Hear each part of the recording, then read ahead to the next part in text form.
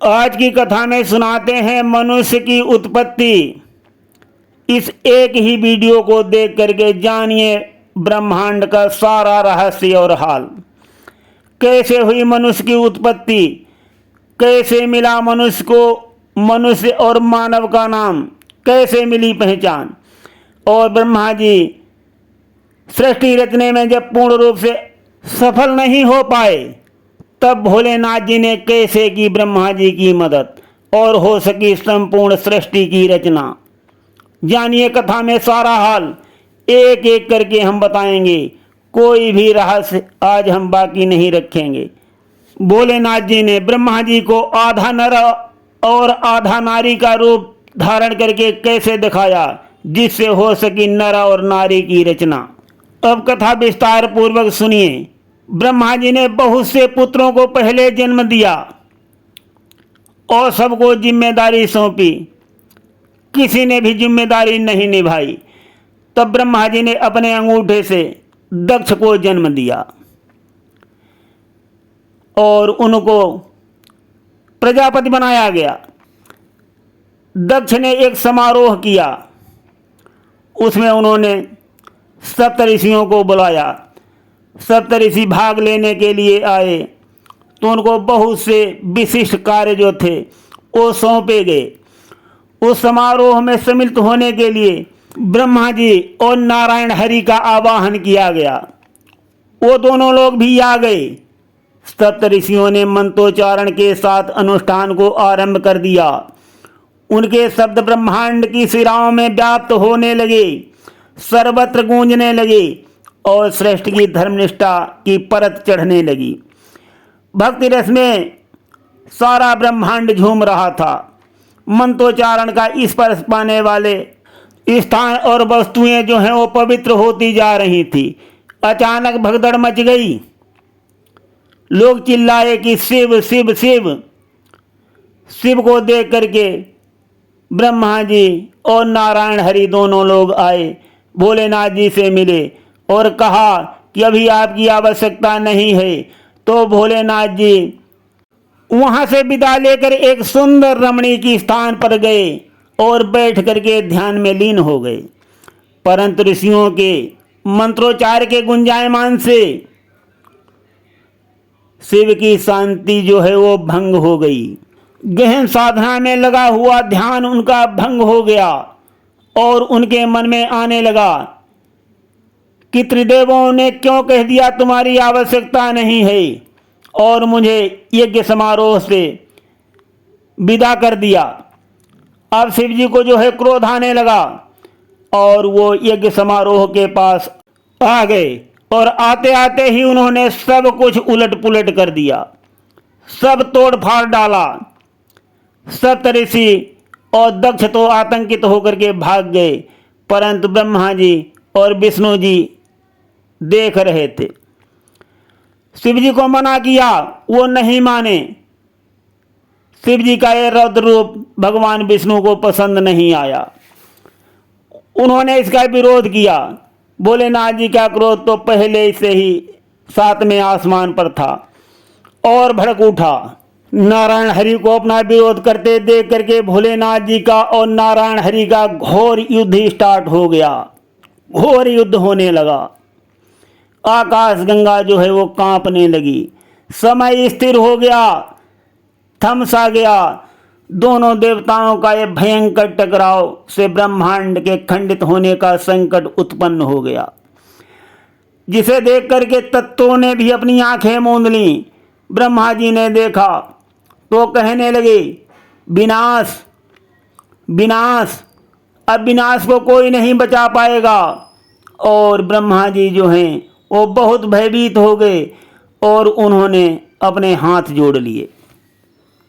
ब्रह्मा जी ने नारायण हरि और भोलेनाथ जी की प्रार्थना किया और कहा कि आप दोनों लोग जो है युद्ध को समाप्त कर दीजिए, अन्यथा वो कभी नहीं रुकेगा और आप दोनों एक दूसरे के समकक्ष हैं और विपरीत भी हैं।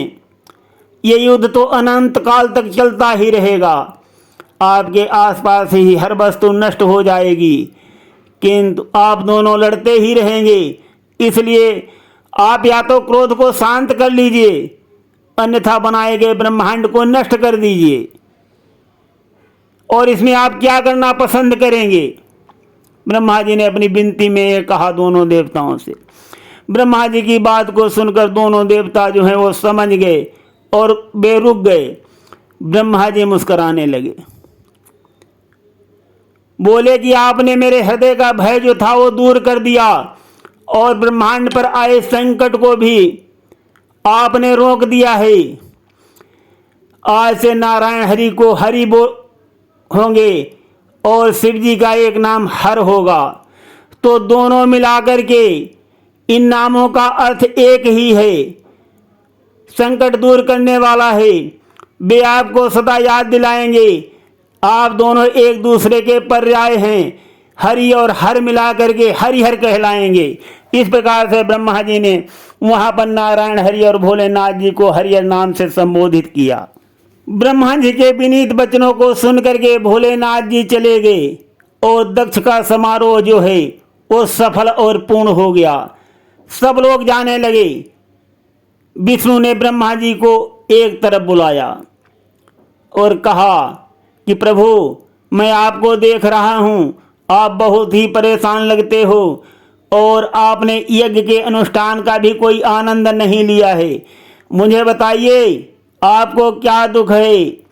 नारायण हरि की सहानुभूति भरे वचनों को सुनकर ब्रह्मा जी ने अपनी परेशानी कह डाली। उनके मुख से शब्द जो हैं धारा की तरह बहते हुए निकल रहे थे।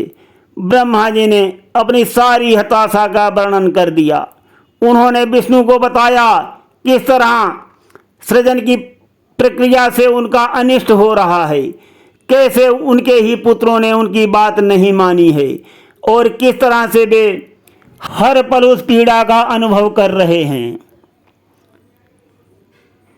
कह रहे हैं कि संभवतः मुझे पद से हटा दिया जाना चाहिए, मैं अपना कार्य करने में विफल रहा हूं। इस प्रकार से ब्रह्मा जी ने नारायण हरि के समक्ष अपना दुख व्यक्त किया। ब्रह्मा जी जो हैं वो बोले जा रहे थे, परंतु नारायण हरि एक स्तंभ की ओर टकटकी लगाए देख रहे थे। वो एक श्वेत स्वर्ण के से निर्मित था। सोने और चांदी की मिश्रित धातु से बना हुआ वो स्तंभ देख करके नारायण हरि बोली, महादेव महादेव। कहा कि आप महादेव के पास जाइए, वही इसका समाधान निकाल सकते हैं। ब्रह्मा जी बोले, मैंने बहुत कोशिश की थी, किंतु भोलेनाथ जी तो अमर प्राणियों को उत्पन्न कर रहे हैं। महादेव तो विध्वंसक हैं, वो रचना कैसे कर सकते हैं? नारायण हरि ने कहा, वो रचना भले न करें, किंतु सुझाव अवश्य दे सकते हैं। आप महादेव के पास ही जाओ। ब्रह्मा जी विष्णु जी का आदेश मान करके भोलेनाथ जी के पास पहुँचे तो देखा कि भोलेनाथ जी तो अपने ध्यान में लीन हो चुके हैं। दक्ष के यज्ञ में ब्रह्मा जी भोलेनाथ जी का प्रकोप देख ही चुके हैं, तो सोच रहे हैं अब शिव जी का ध्यान भंग करना ठीक नहीं है।